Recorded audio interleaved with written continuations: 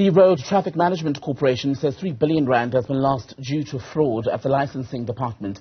Gauteng, Mpumalanga and the Free State have been flagged as the provinces with the worst levels of fraud when it comes to driver's licenses, license disc fraud and the rest of it. In Gauteng alone, the agency lost about 1.2 billion rand. Let's get an update on the situation with Simon Zwane, who is with the Road Traffic Management Corporation. A very good afternoon to you, sir. Welcome to the program. So what exactly are we dealing with here when we talk about fraud in the issuing of license cards and discs? Who is doing what and for how much? Yeah, we are here talking about collusion between officials, fleet owners. Sometimes they use runners to evade payment of license discs and through other fraudulent means to register vehicles.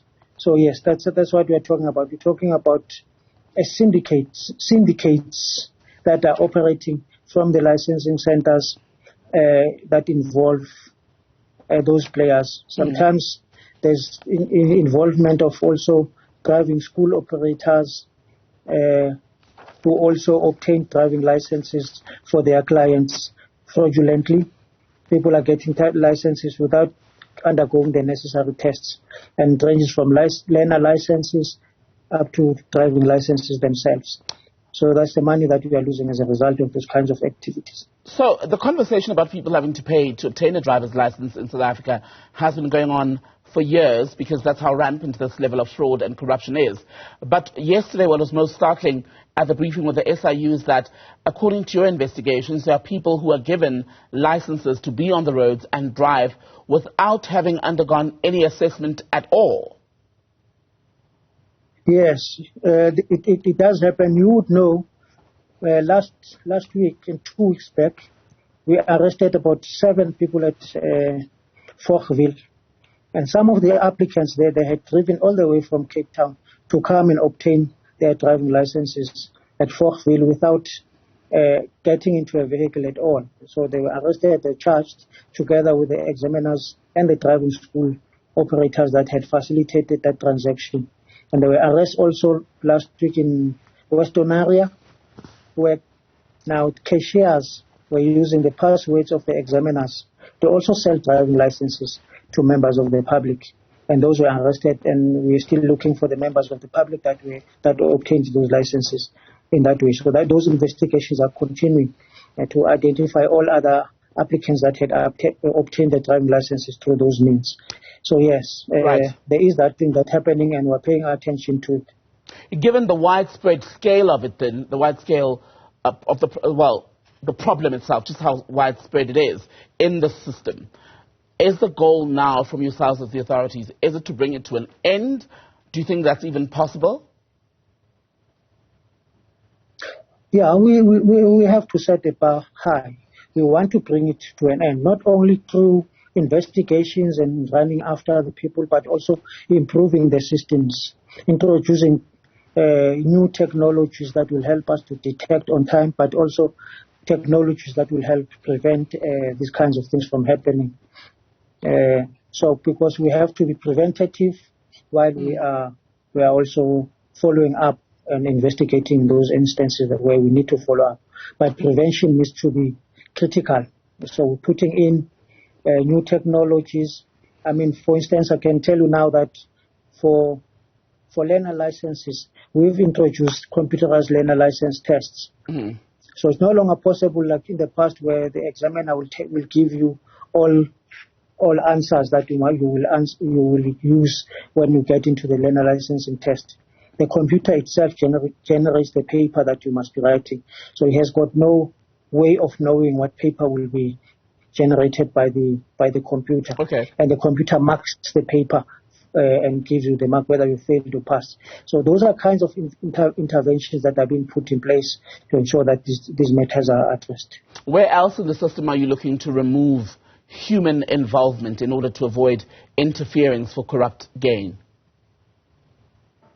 Yeah, we'll know that we've already started with the online registration that also removes human hand. You can apply for your vehicle license disc online and get it delivered to you without going to any licensing center. So those are the kinds of interventions that we are putting in place. We are now putting in place smart enrollment units in the driving licensing centers. So you'll be able to go to a licensing, if you're obtaining a driving license. You go to a licensing center, you sit in one desk, you're able to take your eye tests. If you need photographs taken, the photographs will be taken. And that machine will be able to verify whether the person presenting themselves as Mr. Mkhototo is indeed Mr. Mkhototo, because the system talks to Home Affairs. And Home Affairs will be able to verify that, yes, that person in front of you was presented, that ID number is indeed that person. If not, you'll have to answer. So those are the kinds of interventions that are being put in place.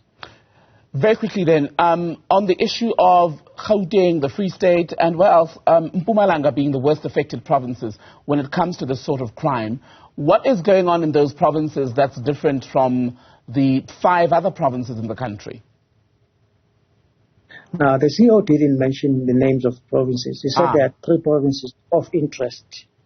Is it those 3? No, we're not mentioning them at this stage, because investigations are continuing. We don't want to disturb those investigations. But there are investigations taking place in all provinces to look at, because we have seen a trend of vehicle license renewals that are fraudulent. You'd know that in Mpumalanga there have been about 14 people arrested at the in Mbombela for the kind of fraud that involves about 60 million. But I'm not saying that Mpumalanga is part of the 3, but there are those that have been arrested. There are about 14 of them that standing trial. That investigation is still ongoing. We expect to make further arrests. But we are picking up those kinds of trends, that people working at the help desks, at the registering authorities, they are colluding with fleet owners to enable fleet owners to fraudulently renew license discs without paying the necessary penalties and fees. They actually are getting a discount, and they pay to the officials about 50% of the fees, and then they get their discs, and all the errors get erased. Okay, so on the fleets, Mr. Zwane, if I can come in there in the interest of time, on the issue of the renewal of fleet licenses, are there specific industries where this level of crime is most rampant? Is it, for example, in freight, in transport? And it's not only in freight. Yes, we're seeing it in freight, but we're also seeing it in public transport, in public passenger transport. But these vehicles are dumping fees, but they're also not going for the necessary roadworthy tests, but they are obtaining certificates of vehicle fitness without going to the tests. So we're following up on all of those. There are many of them that we have identified, and we will make announcements when we make the arrests. Thank you very much, Simon Zwane from the Road Traffic Management Corporation.